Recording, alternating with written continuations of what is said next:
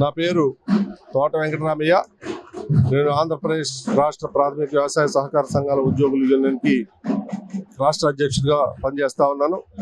ఈ జేఏసీకి నాయకత్వం తీసుకున్నాను. మా ప్రధానమైనటువంటి డిమాండ్లుగా ప్రభుత్వం మీద మేము పోరాటం తలపెట్టాం. గత డిసెంబర్ 6వ తేదీ నుండి ఈ రోజు వరకు కూడా పోరాటం కొనసాగుతూనే ఉంది. అంచెలంచెలుగా మా పోరాటాన్ని ఉధృత రూపం తీసుకెళ్తా ఉంది. మా ప్రధానమైన డిమాండ్ ఒకటే, జీవో 36 ప్రకారంగా పే స్కేల్ అమలుపరిచి డిస్ట్రిక్ట్ లెవెల్ సపోర్ట్ ఫండ్ ఏర్పాటు చేసి జీతభత్యాలు చెల్లించాలి. ఇందులో ఏ విధమైనటువంటి నిబంధనలు లేకుండా జీతభత్యాలు చెల్లించాలి అనేది మా ప్రధానమైన డిమాండ్. అలాగే రెండోది, గ్రాట్యుటీని సీలింగ్ చేసి పెట్టి 2 లక్షలు మాత్రమే చెల్లిస్తా ఉన్నారు. మొత్తం యావత్ భారతదేశంలో గ్రాట్యుటీ చెల్లింపుకి కార్మికుడికి ఒక చట్టం అనేది అమలు పరుస్తూ ఉంది. ఆ చట్టాన్ని ఖచ్చితంగా అమలు పరచాలని మా రెండవ డిమాండ్గా మేము పెట్టడం జరిగింది. అలాగే ప్రతి 5 సంవత్సరాలకి వేతన సవరణ ఉద్యోగులకు జరగాల్సి ఉంది. వేతన సవరణ 10 సంవత్సరాలు అయిపోయిన 2019-2024 వేతన సవరణలో పెండింగ్లో ఉండి 10 సంవత్సరాల నుంచి వేతన సవరణ చర్యలు తీసుకోవడం లేదు. ఈ 2 వేతన సవరణలు కూడా వెంటనే చేయాలి. ఆలస్యమైన పక్షంలో వెంటనే ఐఆర్ ప్రకటించాలని మేము డిమాండ్ చేస్తా ఉన్నాం. అలాగే జూటూలో ఉన్నటువంటి పద్దులు, అంటే ఒక కార్మికుడు పనిచేస్తే జీతభత్యాలు చెల్లించిన తర్వాత మళ్ళీ తిరిగి చెల్లించాలనేది ఏ డిపార్ట్మెంట్లో లేదు. అది మా సహకార రంగంలోనే జూటూలో పెట్టి ఉద్యోగుల నుంచి మళ్ళీ తిరిగి కట్టించుకునే విధంగా ప్రవర్తిస్తూ ఉన్నారు.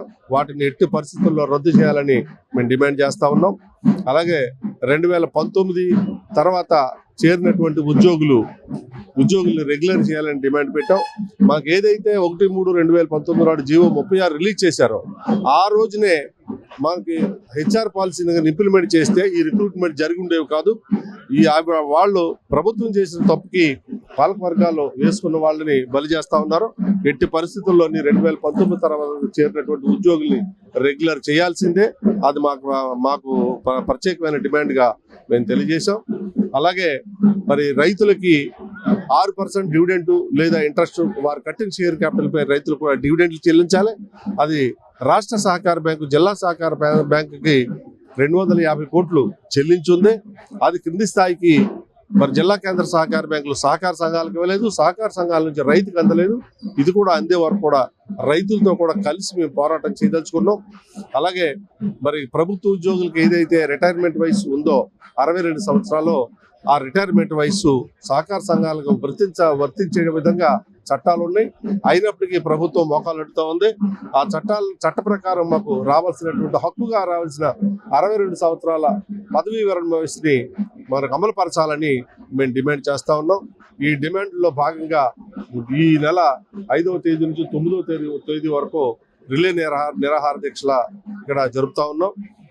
ఈ 9వ తారీఖు లోపల కనుక మమ్మల్ని చర్చలు పిలిచి మా డిమాండ్లు పరిష్కారం కాకపోతే ఇంకా ప్రత్యక్షంగా మేము ఆమర నిరాహార దీక్షకి కూర్చోవడానికి కానీ లేదా ఫర్దర్ ప్రోగ్రామ్స్ చేయడానికి కూడా సిద్ధంగా ఉన్నామని ఈ మీడియా మూలంగా తెలియజేస్తా ఉన్నాం ప్రభుత్వం.